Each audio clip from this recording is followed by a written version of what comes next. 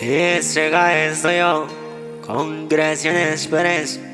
J Music producer.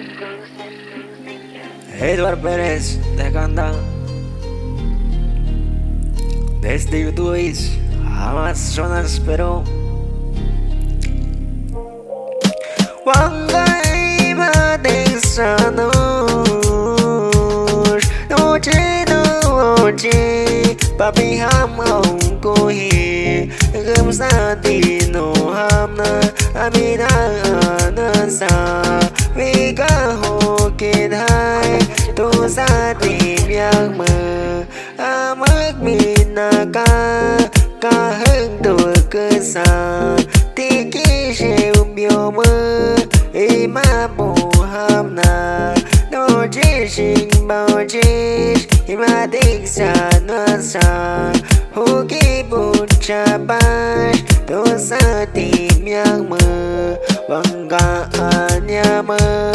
nó hoa sinh bao chi bằng cả nhà mơ nó hoa sinh bao chi vì cả mình hô kì thì tôi xa nó vì cả tìm yang mơ mà đi vừa cơm na ya mai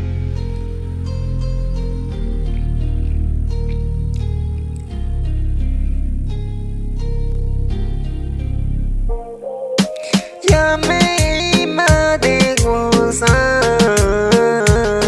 thì cái trái ai xin nam u chính mà gặp hồ sao là tem của bố hợp na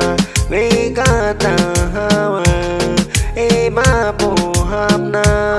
và chính ma ga hồ sao na tim ga bù ham na ana đi xa no vì cả tôi yang mơ